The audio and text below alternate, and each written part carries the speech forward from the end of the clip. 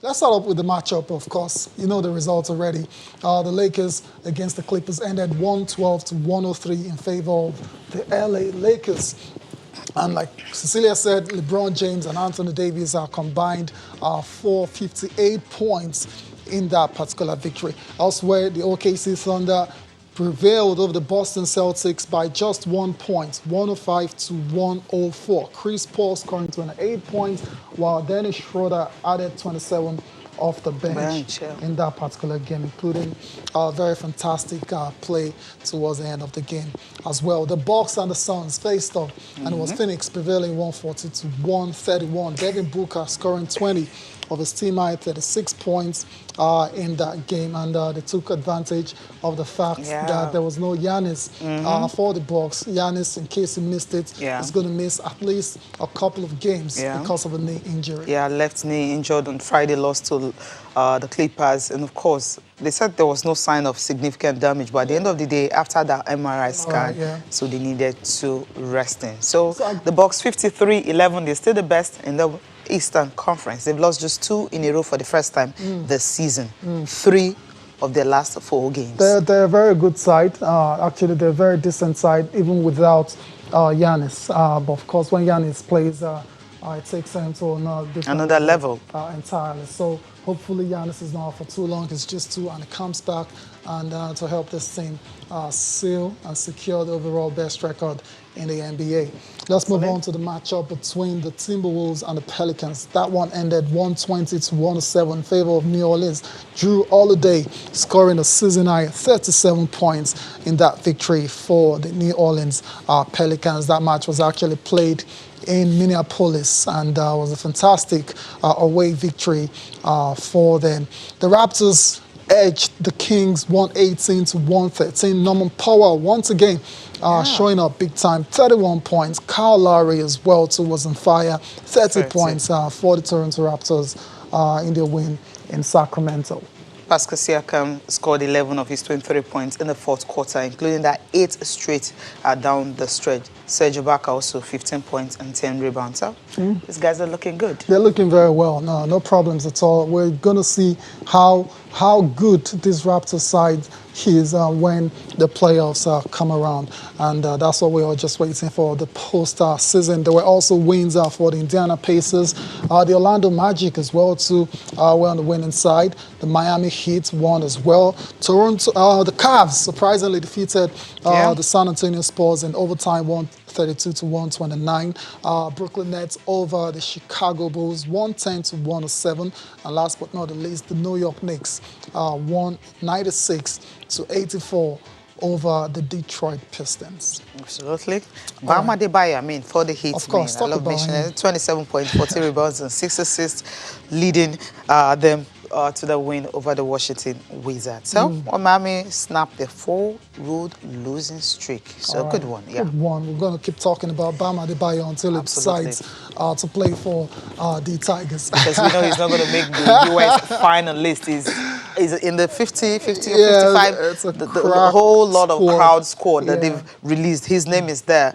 Same with Victor Oladipo. Are you praying he doesn't make it? I'm not praying. I'm not sure he's going to make it. Except those guys. I mean, have you seen the list? It's going to be very difficult. I'm not sure he's going to make it. He has his work cut out. Absolutely. That's why he needs to make up his mind now, ASAP. Okay. And play for Nigeria, just like, what's his name now? The Pelicans guy. Name's beat me now. He needs to make up his mind and commit to play for Nigeria at the Olympics. That's Bam Adebayo. But in the meantime, he's still playing fantastic basketball for the Miami Heat. Let's focus on our featured game now. That's the matchup between the Lakers and the Clippers. And like we said at the start of the show, for the third attempt, the Lakers finally managed to get one over the LA Clippers, 112 to 103, and it was Anthony Davis leading the way with 30 points and 8 rebounds. LeBron James wasn't too far behind, 28 points, 9 assists, and 7 boards in that particular victory. The Lakers have now won 4 in a row and 11 in their last 12 games, so they're banging fun. Absolutely. Avery Bradley scored a season-high 24 points, connecting on 6 3-pointers. That's a good one.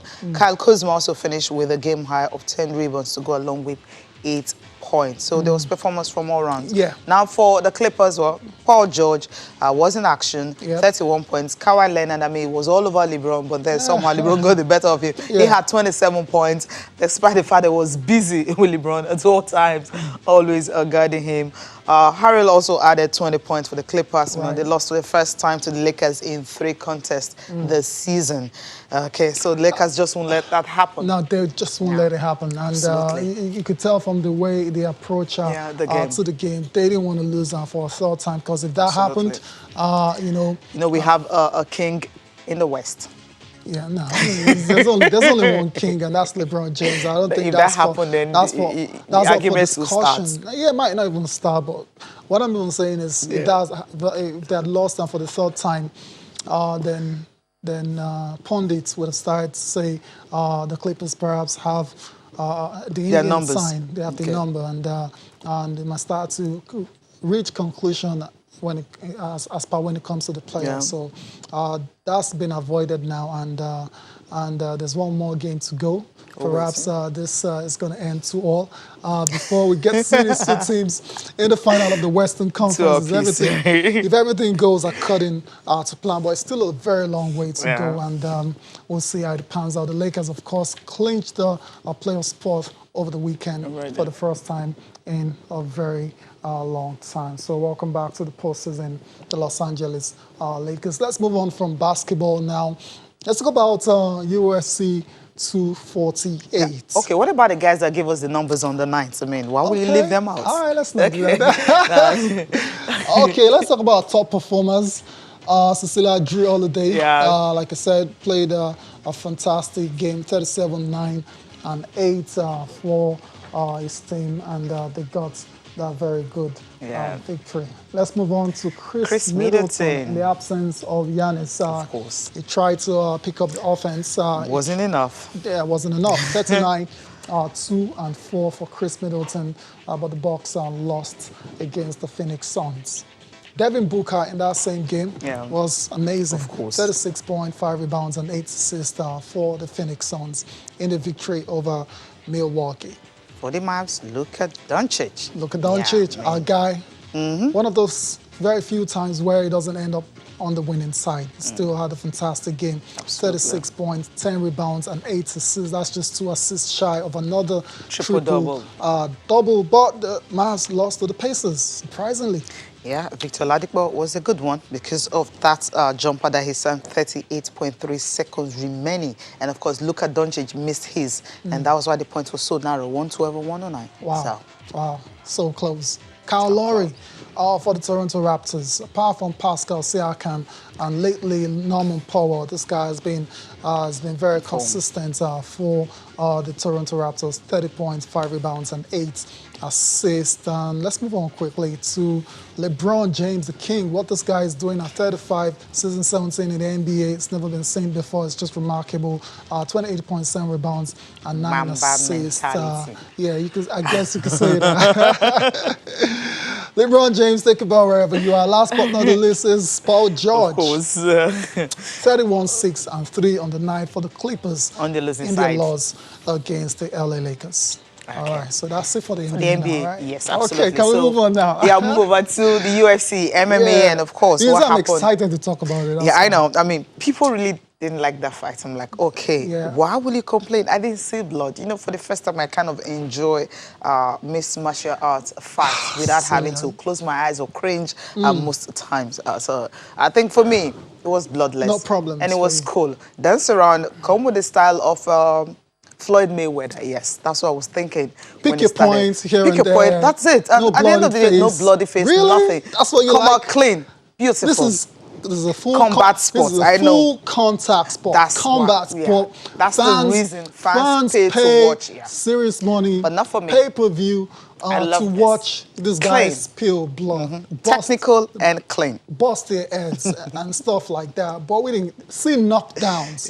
You know, see takedowns. But we didn't get to see that. But it doesn't take anything away from the fight. Smackdown, nothing. Exactly. It doesn't take anything away from the fight.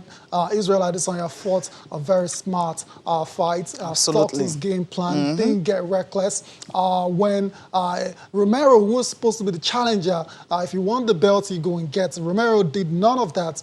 And Israel just played along. And at the end of the day, he's retained his title, the very first title defense of his middleweight championship. He still got a strap around his waist. And we're looking forward to Israel Adesanya taking on Paulo Costa now, later in the year. So I'm so afraid of him. I mean, he's fighting 2 fights in a year, and he wasn't even supposed to fight Romero. I mean, the Brazilian, Costa, Costa, got injured and everything. And I was thinking he was going to wait, for him to recover, because he had no business taking up this fight. But he did, and of course, he came out tops. And I love the way actually go ahead. That's the hallmark of a champion. There you go. And remember when he was in the studio last year, I told you about wanting to leave a legacy, wanting to fight the absolute best. He's not just going to sit down on his laurels because he's a champion. He wants to he doesn't want to be a Deontay Wilder. Yeah, okay, continue. No, I don't get the link there, Cecilia. He wants to fight the best. He doesn't want to sit on his laurels and just cross his legs and wait for Costa. Romero is one of those bogeymen in the UFC, despite the fact that he's getting on a beaten age. He's 40 he's still very, very, very scary. Opponents and very dangerous. Could knock you out, could spark you out with a punch. So for Adesanya to have taken on that challenge and won very, I'd say, convincing, unanimous decision is massive credit to the talent of this guy. I believe there's still more to come from him. Absolutely. There's so much more to come, and that's why he's already waiting for the next fight. All right, he can't wait. Okay. Now, let's leave that and touch down on, before we talk about the police games, quickly just a mention of the Indian Wells. It's been postponed, and you know the reason. Coronavirus, not really looking cool at all. 1,000 Masters, the very first one of the year, will not be taking place. It's been cancelled, not just postponed, it's been cancelled. Okay, that's a sad one. That's it for the Indian Wells. Now, let's talk about the police games. It came to a close on Saturday. Right. And, of course, a whole lot of razzmatazz, I mean, the fireworks, the march past and everything. But the thing is, the winners, Force Headquarters, they were always going to win. When you have the likes of Choma Joe and the top stars actually in that particular zone, it simply means that these guys were really ready. They have pictures, coming from the 12th, closing 12th edition of it. The IGP is, of course, the host governor of Anambra State. He's also part of the spectators. I love the fact that the final day, it was a field to the brain, filled up. Everyone came to actually see how it was going to look like. And of course, they did not disappoint. From the march past to the fireworks, to the display by the police officers, they know this is it. And this game, everyone has been saying, this is one of the best ever. It's well organized, infrastructure, transportation, anything you can even think about, the games, the beauty of the whole sport, competitions and everything and all. So you have all the top police officers, the top athletes, they all competing in their different zones. Yes, of course, old and young. And you know why the competition was so fierce? Simply because, there was something in the offing.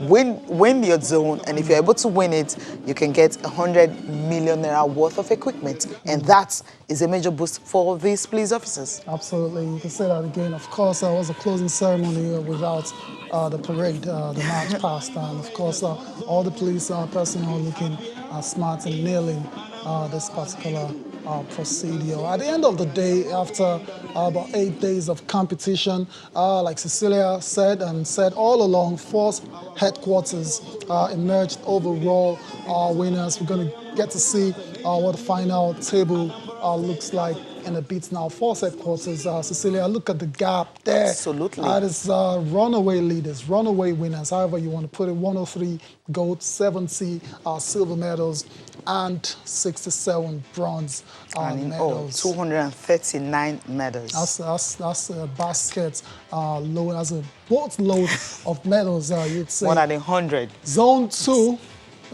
distant second. Absolutely. But still came second. So it came second, 119 medals. Now, minus 220 239 and 119 medals. We're going to get the most like first ever JRUE were on fire, and they were in a league of their own. So absolutely. Let's just leave them, you know, separate.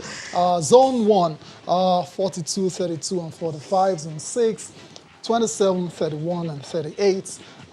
They came fourth. Zone 7, 5th, 20, 22, and 22. And Zone 9, 20, 14, and 25. Absolutely, and in the final of the football event, it was Zone 9 that actually clinched that. Okay. That's why they were able to get into the medals table because they defeated Force Headquarters Abuja 2-1, and that, you know, also increased their gold tally. They had the ultimate medal, which is football. Ultimate, the football, men. The men, because we know the women went to Force Headquarters Abuja. So for the men, and of course the swimming also, you had other different events. The swimming event, it was won by Oluchi Obi of the Force Headquarters, and she clinched the gold medal in the 200 meters of course, freestyle Cecilia, category. Everything was brought to an end with the fireworks. This is what I love about it. Of course, everyone loves the fireworks. Everyone looks forward to it, especially at major events, and it does look really beautiful. Of course, fireworks into the dark skies in Anambra. Of course, there was a performance as well too. You know, entertainment, of course, everything goes hand in hand. Is that flavor? Yeah, absolutely. Flavor. Looking a bit different. Now, this is what I was waiting for. This is what I was waiting for. They're just having fun. I mean, they've competed for about 8 days. It's time to let your head down now and just relax. Now, what's the governor and the IG? What are they trying to do here?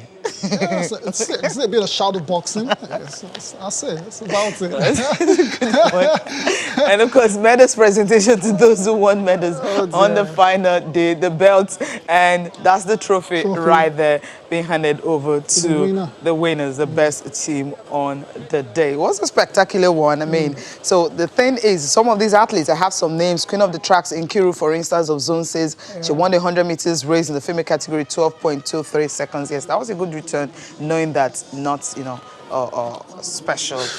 How do I put it now? No, not a special athlete. All right, so that's it. Cecilia, it's every 2 years. So we're looking every 2 years. Looking forward to the next one. 3,000 athletes from 12 zonal commands in about 35 states. That's how they got all the athletes who came on.